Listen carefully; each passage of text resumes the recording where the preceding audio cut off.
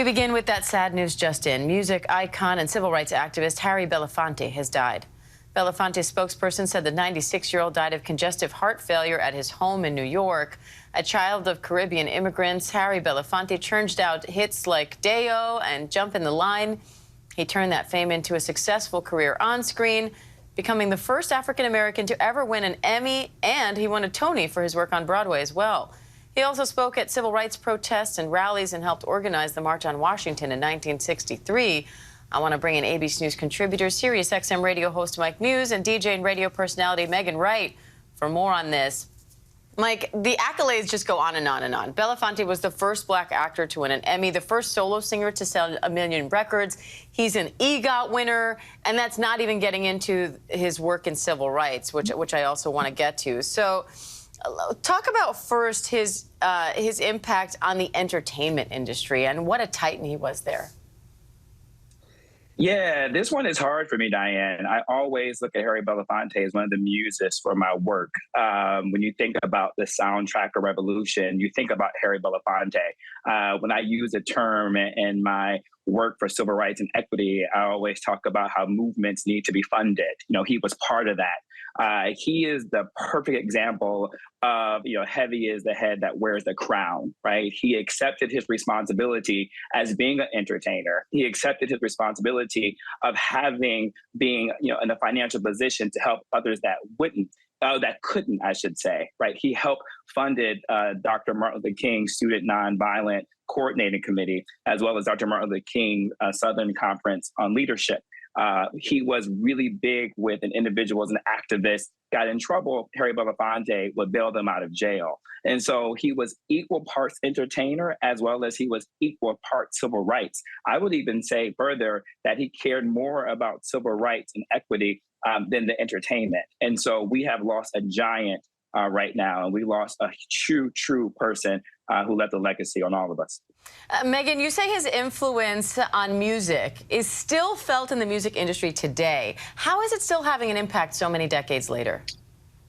Ooh, this was definitely tough news, to hear. And, he was a legend from Harlem. So, living in New York, I can think about, what that time would have been like, in the 40s and 50s when you're in, these clubs and, the mix between the jazz and the pop and, and the funk music and have the likes of like Miles Davis, backing you up. And, his parents are from Jamaica. So, that culture was heard in his music. And yes, he had a very successful first album, a very successful second album, but it was that third album, Calypso, that really broke a lot of barriers, and you heard a lot of the culture in that music. And, I was just wanted to refresh myself and realize that he released 30 albums.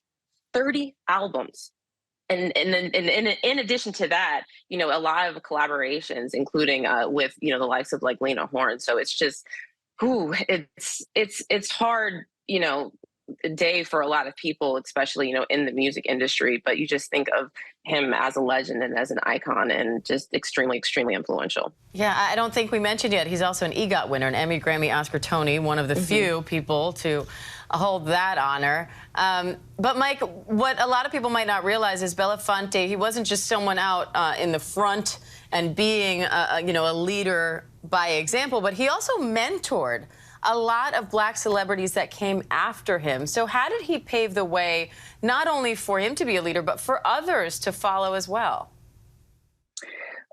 For me, what he showed them is what is possible, right? And to how to use your platform for good. So when you see a lot of celebrities, sports athletes, entertainers, Hollywood actors right now using their voice for good, getting into, as John Lewis said, good trouble. A lot of them can look to Harry Belafonte in terms of how he did it. He was the blueprint on how you can use your celebrity for good, how you can use your celebrity and your finance in order to support movements and to support nonprofits and organizations. And so I think that is what he left behind as a blueprint for celebrities and those with influence to use it for good and to have an impact. And Megan, how do you think we'll continue to see that blueprint play out and how people, try to follow his example on stage, on screen, and also in our everyday life? I think Again, as I mentioned before, seeing how he brought, his home life into his music, I think that that is something that people do and that they will continue to do. And I think he set the stage, for that. And his music will never leave us. We will continue, to hear it through the years. We will continue to hear it, sampled. And it's going to be, today I'm definitely going to go back in and listen to some of that music and some of those, classic albums. And it's just, you're just going to remember it and use his life as an example, to not only be an incredible artist and, to learn from the people around you, but also help, others as much as you can. I have his songs playing in my head as you're saying that. I'm sure so many of us are going to be humming them or singing them to ourselves as we go about our day today. Mike Muse, Megan Wright, thank you both. Thank you. Hi, everyone. George Stephanopoulos here. Thanks for checking out the ABC News YouTube channel. If you'd like to get more videos, show highlights, and watch live event coverage, click on the right over here to subscribe to our channel. And don't forget to download the ABC News app for breaking news alerts. Thanks for watching.